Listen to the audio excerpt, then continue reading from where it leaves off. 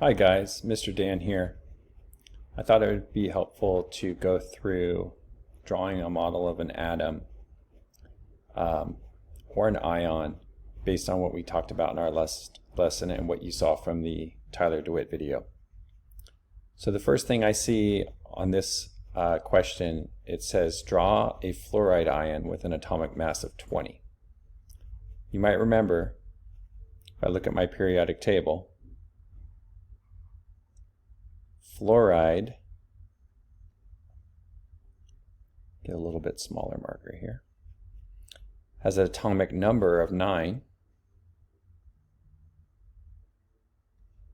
and an atomic mass, according to this question, of 20.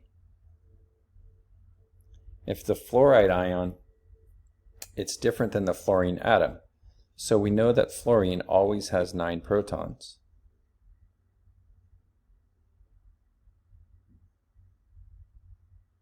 And because its atomic mass is 20, there are 20 minus 9, or 11 neutrons. That doesn't tell us anything about the number of electrons.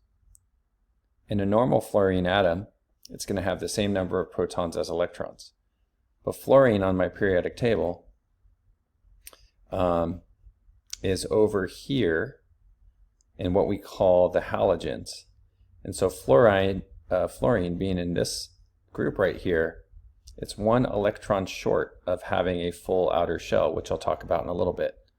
But for right now, I'm just going to tell you that fluorine takes a -1 charge. So everything in this group takes a -1 charge.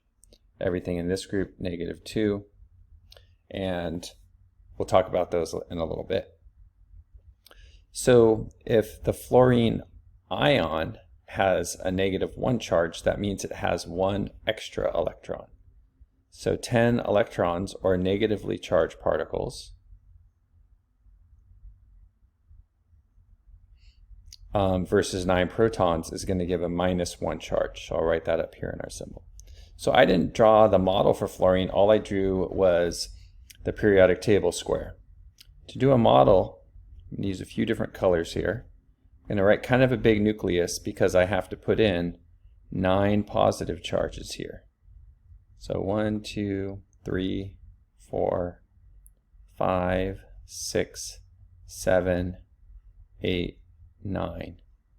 Now if I have 9 protons and 11 neutrons, I'm running out of room pretty quickly. So what I'm going to do is I'm just going to put a little dot for each of those, and we'll go red for the neutrons. So we'll go 1, 2, 3, 4, 5, 6, 7, 8, 9, 10, 11. So that gives me 9 protons and 11 neutrons, or a mass of 20. Remember that almost the entire mass of the atom is the protons and the neutrons. So now we're going to say, well, where do those 10 electrons go? Well, it turns out electrons are in energy levels, and this first energy level can hold 2 electrons. So we'll have 1 green electron here and 1 green electron here. So that first one is kind of strange. It only holds 2 negatively charged electrons. And there are a whole bunch of energy levels. We're only going to go up to 3 right now. So the second energy level holds up to 8, and the third energy level holds up to 8 as well. So fluorine, if I was just drawing the atom, would have 1, 2, 3, 4, 5, 6, 7, because that makes 9 electrons. 2 in the first energy level. I'm just going to put a little negative next to these. And 7 in the second level. So we call those 7 outside electrons, or outer electrons. We call those the valence electrons. And I mentioned that the magic number it wants to get to is 8. So the easiest way for fluoride or fluorine to become fluoride and to pick up 1 extra electron is to pick up a last electron, or an 8th electron, in this outer shell. So that will now give fluoride the -1 charge. Sometimes we say 1 minus charge, to say that there's an extra electron. So there's our model for the fluoride ion. Let's try it for the last problem as well.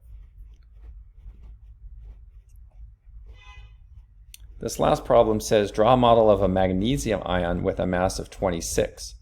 So just like the last problem, we're going to find magnesium on the periodic table.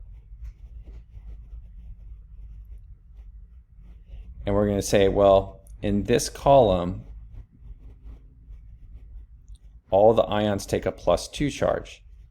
And as we'll find out in a little bit, it's because magnesium has 2 extra electrons in its outer ring.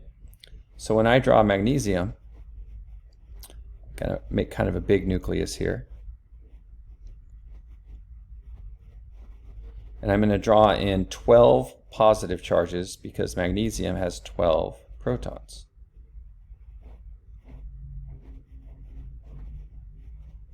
Six, 7, 8, 9, 10, 11, 12. So I barely fit 12 in there. And now I'm going to put in my neutrons.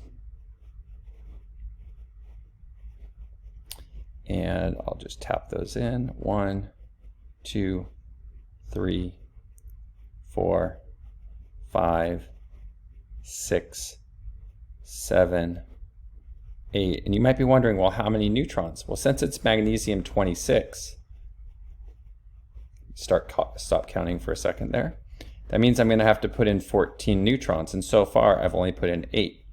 So I'm going to put in 9, 10, 11, 12, 13, 14. So as you can imagine, it gets pretty crowded in that nucleus, especially considering that this is much, much, much bigger than a nucleus in real life. So for the electron rings, the first ring is going to hold 2 electrons. So we'll put those in. Just going to put little circles with a negative charge. We know electrons are tiny, but we have to be able to see them.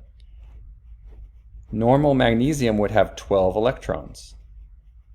2, 3, 4, 5, 6, 7, 8 in that second ring. And the third ring normally would have 2 more electrons, but this is a magnesium 2+ charge, so it's actually missing those 2 electrons. So what I'm going to do is I'm going to draw them in there and then I'm going to take them out. So let me draw them in there in red. Let's pick a different color. Let's draw them in there in yellow.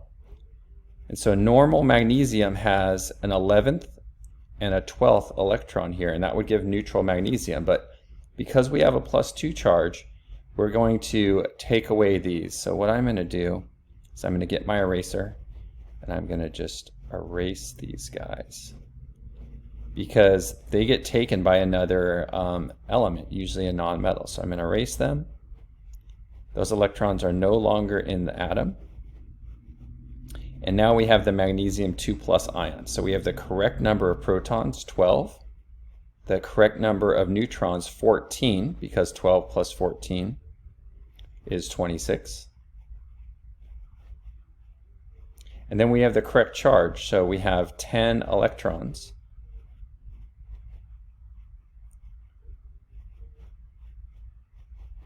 Ten electrons